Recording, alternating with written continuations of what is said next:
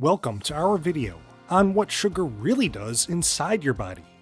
We all know that excess sugar consumption can lead to some serious health problems. But were you aware that the average adult consumes over double the recommended daily sugar limit?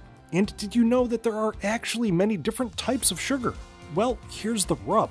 Your body requires sugar. It's all about where you get it and how much you eat. So, which sugar is actually good for you? And what types are detrimental to your health?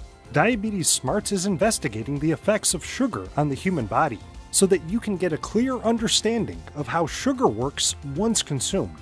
Like, subscribe, and stay tuned to the end of this video to learn exactly how much sugar is considered to be too much. Now, it's time to get into today's sweet topic. What sugar really does inside your body. Is it actually that bad for diabetics? Sugar is a type of carbohydrate, a main source of fuel that powers our bodies. As the name suggests, carbohydrates are made of carbon, hydrogen, and oxygen. It's important to understand that not all sugar is built the same way, and chances are, when you think of sugar, you are actually picturing one specific, extra unhealthy type. What is it? Well, let's break down the different types of sugar. At the coffee shop or at home, you may find yourself reaching for sucrose. Sucrose is highly refined, derived from either sugarcane or sugar beets. Sucrose is a simple sugar, but it is actually equal parts glucose and fructose, other types of carbohydrates that we'll get into in just a moment.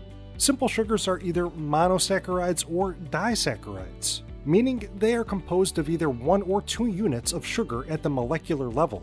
Sucrose is commonly used in mass-produced food products, like prepackaged baked goods, candies, and even sodas. Glucose is a monosaccharide, and it is found naturally in a variety of foods, including honey and certain fruits. But it is also widely used in different types of packaged foods, including sports and energy drinks.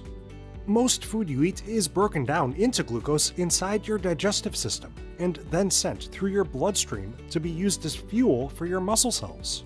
This is why doctors look at your blood glucose levels to determine your diabetes status. Galactose is another monosaccharide, and it is similar in structure and taste to glucose. But galactose is not typically found on its own in natural foods. However, it is usually part of more complex carbohydrates, including lactose, or milk sugar. This disaccharide, composed of glucose and galactose, is naturally present in milk and dairy products. Maltose, or malt sugar, is another disaccharide, and you can find it in certain grains, like barley. As the name suggests, maltose is used to brew malted beverages. Fructose, or fruit sugar, is another sugar commonly used in the production of certain beverages, though it is naturally found in fruits. This monosaccharide is quickly broken down and absorbed by the body. Fructose is sweeter in taste than glucose, which should clue you in as to why it is used in the production of high fructose corn syrup.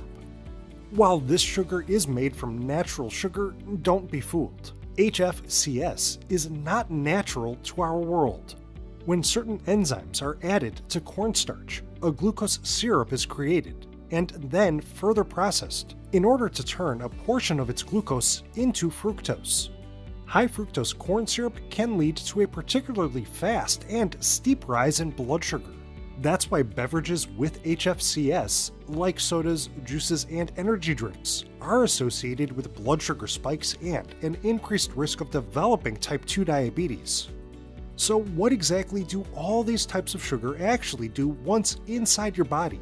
The answer is just ahead. First, what's the difference between simple sugars and complex sugars?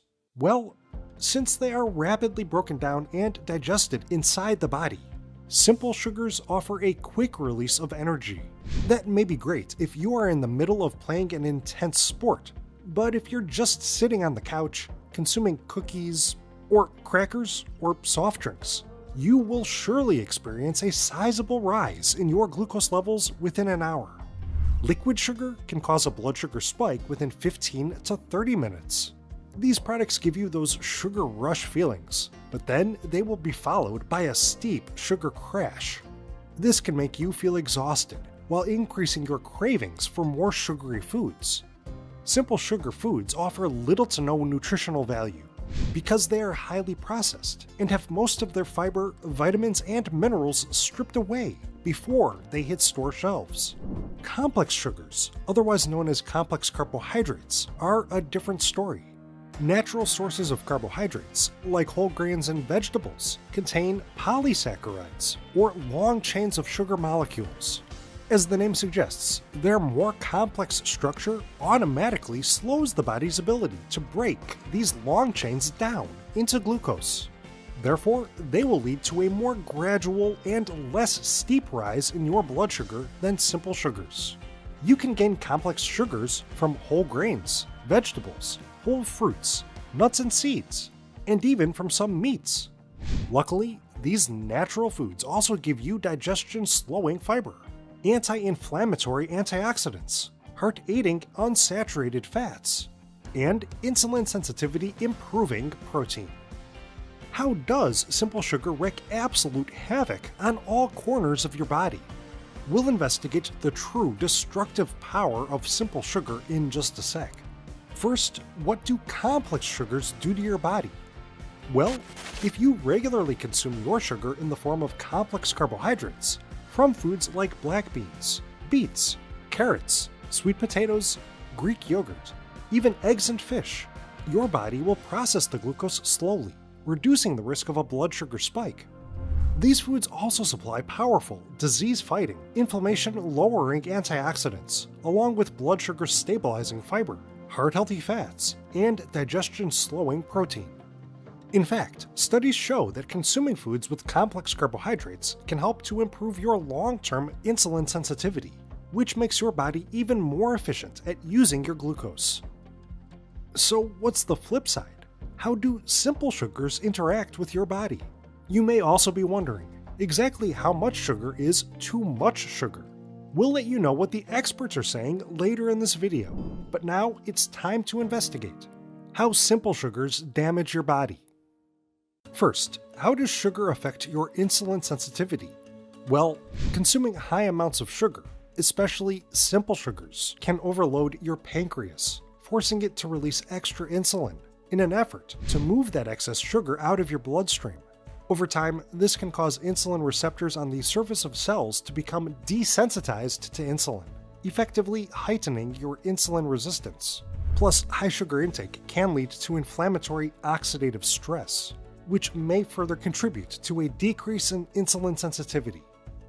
Sugar's inflammatory effects can also have serious consequences for your mental health. So, how does sugar affect your brain?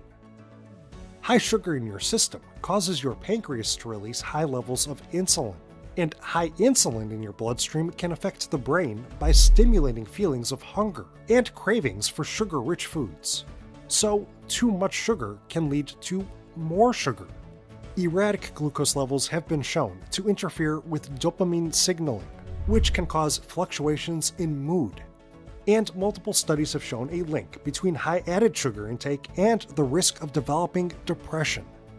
Meanwhile, when brain cells cannot properly respond to insulin, it can increase the risk of cognitive decline and certain neurological disorders and neurodegenerative diseases, including Alzheimer's disease, Parkinson's disease, and diabetes-related neuropathy.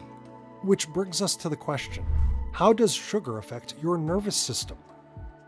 Sugar can disrupt the balance of neurotransmitters, the chemical messengers which transfer signals between neurons. Over time, this can damage nerves, leading to diabetic neuropathy. Neuropathy can cause feelings of tingling, numbness, burning sensations, or even nerve pain, and it can lead to serious complications for your hands and feet. We'll get to those in a sec. Meanwhile, sugar also affects the brain and nervous system by blocking leptin, the hormone responsible for signaling feelings of fullness. This can lead you to overeat or even binge on more sugar-rich, high-fat foods. Naturally, or, well, unnaturally, this can cause you to gain weight. So, how does sugar affect your fat storage? Increased insulin resistance is linked to a buildup of intramyocellular fat, or fat that is stored in muscle cells. Eating more sugar can cause you to store more sugar as fat within muscle tissue, which interferes with normal insulin signaling pathways used to facilitate the uptake of glucose by cells, which in turn can lead to increased insulin resistance and increased weight gain. As your body becomes less efficient at utilizing its blood sugar, the extra glucose not used for energy becomes stored as abdominal fat. Fructose specifically is metabolized in the liver, and excess fructose may end up becoming stored as liver fat, a major risk factor for developing non-alcoholic fatty liver disease. High fructose intake has also been associated with the development of hypertension, or high blood pressure. So that begs the question, how does sugar affect your cardiovascular system? Consuming high amounts of simple sugar can increase levels of pro-inflammatory markers, which can lead to atherosclerosis, or the buildup of arterial plaque. This narrows blood vessels, compromising blood flow, and it raises the risk of developing high blood pressure. In fact, studies show a significant association between sugar-sweetened beverage consumption and elevated blood pressure. Excessive sugar consumption has also been found to increase triglyceride levels while decreasing levels of heart-helping HDL cholesterol. This can heighten the risk of developing dyslipidemia, or abnormally elevated blood fat levels. In turn, this raises the risk of further cardiovascular damage. How does sugar affect your limbs? The inflammation caused by a high sugar intake has been linked to the development of painful arthritis in hands and feet. And as excess sugar can impair blood circulation, it can also lead to peripheral artery disease, a condition where blood flow to limbs becomes reduced. This can increase pain, numbness, and tissue damage in arms and legs. Meanwhile, as excess glucose over time can lead to diabetic neuropathy, it can affect your extremities by causing those unwanted sensations of tingling, pain, or burning. Unaddressed nerve damage and reduced blood flow to legs and arms can also create conditions for infections to spread. In some cases, this may require an amputation. In fact, new research estimates that in today's modern age of simple sugars, a limb is amputated every 30 seconds, and 85% of those amputations are due to diabetic foot ulcers. Unfortunately, the damage of sugar doesn't end there. Research has proven that maintaining a high sugar intake can also lead to an increased risk of certain forms of cancer, an increased risk of tooth erosion and dental issues, an increased risk of damage to the liver, the pancreas, and the gut microbiome, and even an increased risk of developing acne and other skin conditions. But don't forget that you need at least some amount of sugar each day. So, how much sugar should you consume daily? If you stick with appropriate portions of whole grains, fruits, vegetables, nuts, and seafood, you should have no problem with your sugar intake. What you really should watch out for is that added sugar intake. The American Heart Association recommends that women consume no more than 6 teaspoons of added sugar per day. That comes out to 100 calories. Men should keep their added sugar intake under 9 teaspoons per day. That's about 150 calories. So what does this look like in reality? Well, if a male consumes just one 12-ounce can of soda, that will take him to the edge of his daily added sugar allotment. If a female consumes that same amount of soda, she will have gone over her recommended daily intake of added sugar. Therefore, actively cut back on products with high fructose corn syrup, brown sugar, fruit juice concentrates, malt sugar, molasses, and even honey. And here's a major tip. Cut way back on your soft drink consumption. Studies show that, on average, adults get around 40% of their added sugars from sodas and sugary energy or sports drinks. Other common places people tend to get their added sugar from include grain-based desserts, dairy desserts, candy, and cereals. If you can reduce your intake of these foods, you will dramatically reduce your intake of those damaging added sugars.